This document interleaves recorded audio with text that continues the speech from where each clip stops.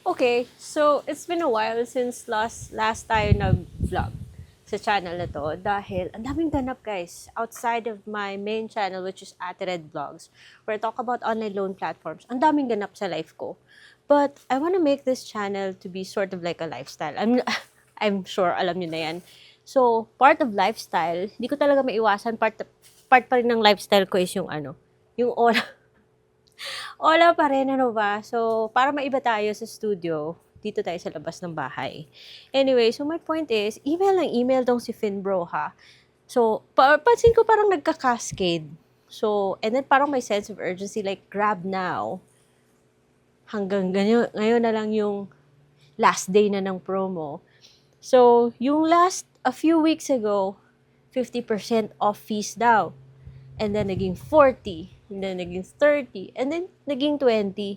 Pero gusto ko talaga siyang deadmahin guys because yung ganito mga loan apps that mautak eh. Yung parang iniisahan tayo, yung parang tinitake advantage yung kahinaan natin because it's a reality, we need funding. Pero parang may mga apps talaga na sobra makatake advantage. So, tong si Finbro na to, I feel like yung kanyang borrower's advantage package, yun yung pinakamalaki niyang way na pag-take advantage sa akin. Kasi wala ka naman ma-feel na any benefit sa kanyang advantage package. And dati kautang ko dito kay Finbro, and the only thing that you can appreciate sa kanya is that buo siyang natatanggap. And if you're going to compare it with other loan companies, hindi po siya masyadong makulit. At mabait yung agent niya. But, other than that, like sobra siya makatake advantage sa pamamaraan ng borrower's advantage package. So, itong si Finbro, may mga pakulo siya. Very frequent na mga pakulo, like 50, 40, 30, 20 reduction on all fees.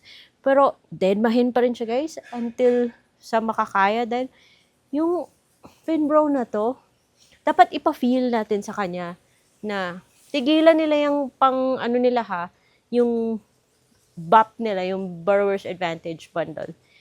Anyways, so, for those of you na hindi kilala si Finbro, it's a web-based lending platform. Wala siyang app. So, kung may na-encounter kayong app, malamang fake yan dahil website lang po si Finbro. And then, it's under Sophie Lending, which is registered. And kailangan halagaan nyo yung mga account nyo ha, dahil mahirap masira yung credit history nyo nang dahil kay Finbro. At baka hindi pa kayo makalapit sa mga loan apps na much better kay Finbro. So, itong si Finbro, nagpapahiram siya ng up to 50,000 pesos at buo siyang natatanggap.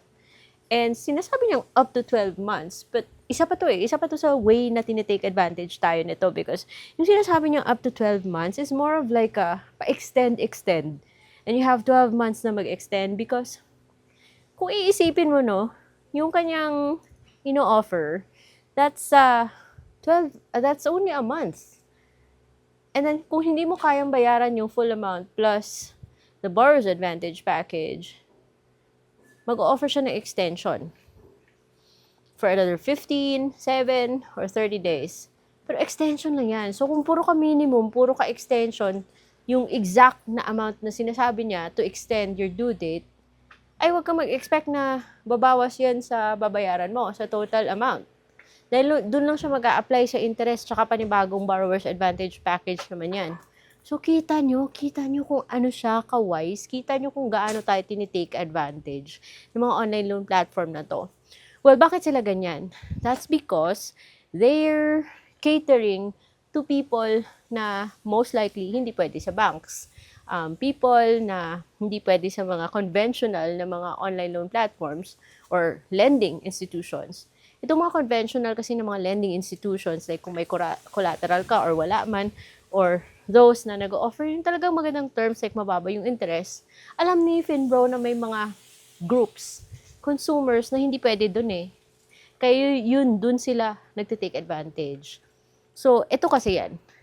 The easier na ma-approve sa isang loan platform, usually yung kapalit niyan is mataas naman ang interest.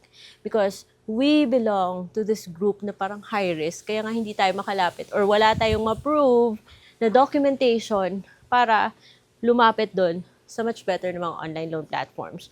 So these, mga consumer loan companies come in to bridge that gap at the expense of our pockets.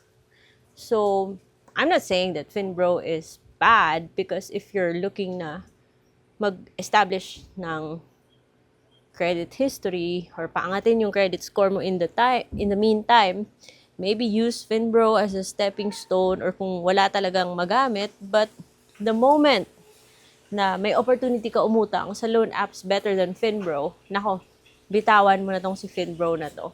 Yun lang masasabi ko. I just want to give a quick reaction dito sa mga sa loan app na to dahil email siya ng email, guys. And imagine mag-o-offer siya ng loan terms na mababa daw yung interest saka fees. Pero babawi siya dun sa borrower's advantage package na times 2 pa ng fees tsaka, and then what? Pa-insurance na napaka-meaningless. So, mga ganitong loan apps, dapat hindi to pinapansin kung meron lang naman tayong choice. So, yun lang. Just a quick reaction. Bye-bye.